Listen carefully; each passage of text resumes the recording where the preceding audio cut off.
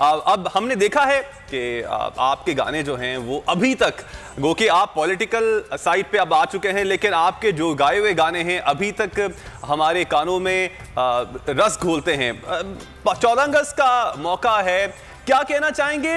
इससे पहले 14 अगस्त जब मनाई जाती थी, कोविड से पहले की बात की जाए, उसमें और अब में आपकी नज़र में कुछ फ़र्क आया है?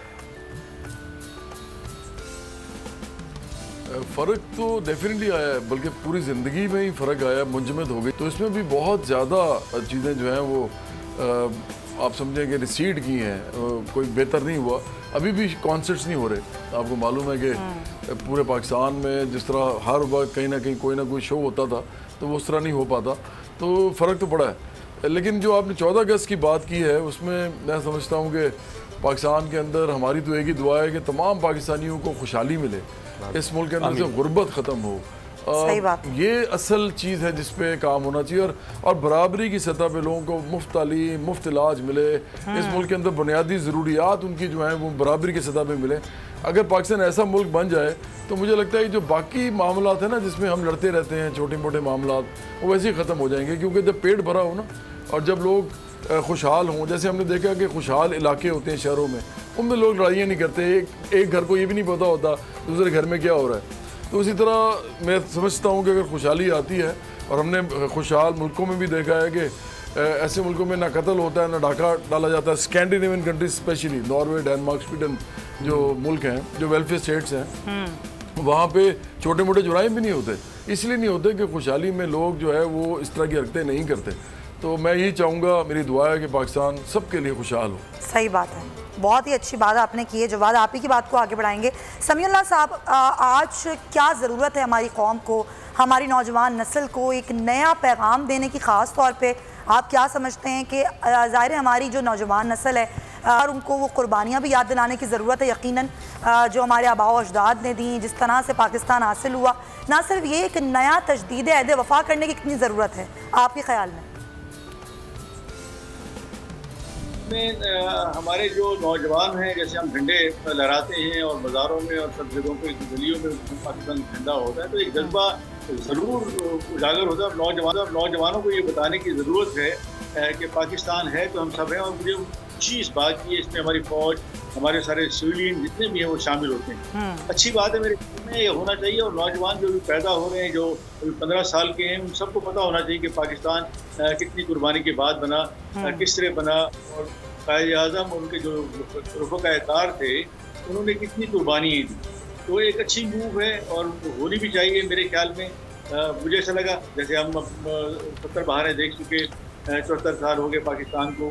पाकिस्तान आगे की तरफ जा रहा है। इंशाअल्लाह दुआ मांगनी चाहिए कि पाकिस्तान आगे जाए और हम सब के लिए अच्छाई हो।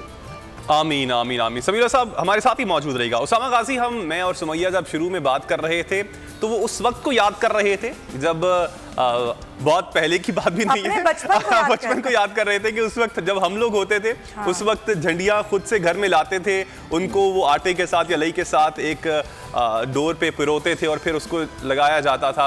अब सामा, आप समझते हैं कि अब भी वो जज्बा मौजूद है? अभी भी वो चीज़ें जो कि हमारे दौर में की जाती थी अब भी की जा रही हैं?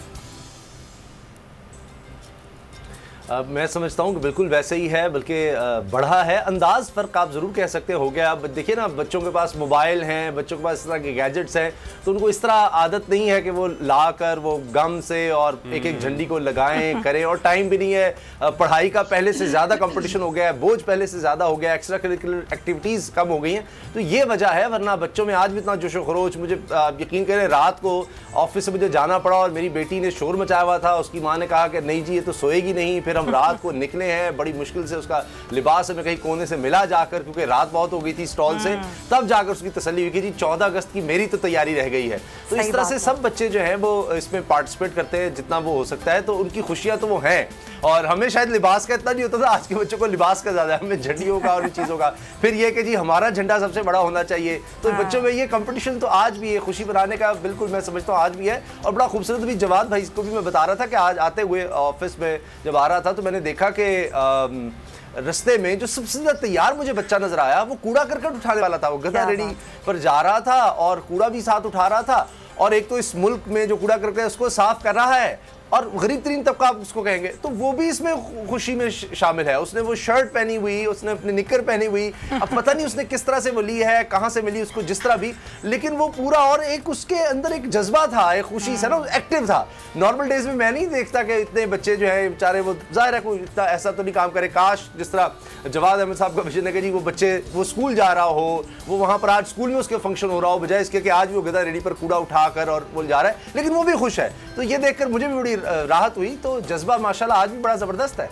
बिल्कुल आप सही कह रहे हैं, अंदाज ज़रूर मुख्तलिफ है लेकिन जज्बा वही है। और जिस तरह आपने अपने बच्चों का जिक्र किया, बच्चों में ये ज़रूर चीज़ होनी चाहिए, माँ बाप को भी पार्टिसिपेट करना चाहिए कि अगर वो तैयारी करना चाहते हैं तो ज़रूर तैयारी करवाएं। और मेरे बच्चों ने तैयारी की और मेरी भी तैयारी करवा दी है, और मुझे ये बैंड पहना दिया बच्चों वाला कि ज़बरदस्ती कि अम्मा आप ये पहन के जाएँ, आज 14 अगस्त है।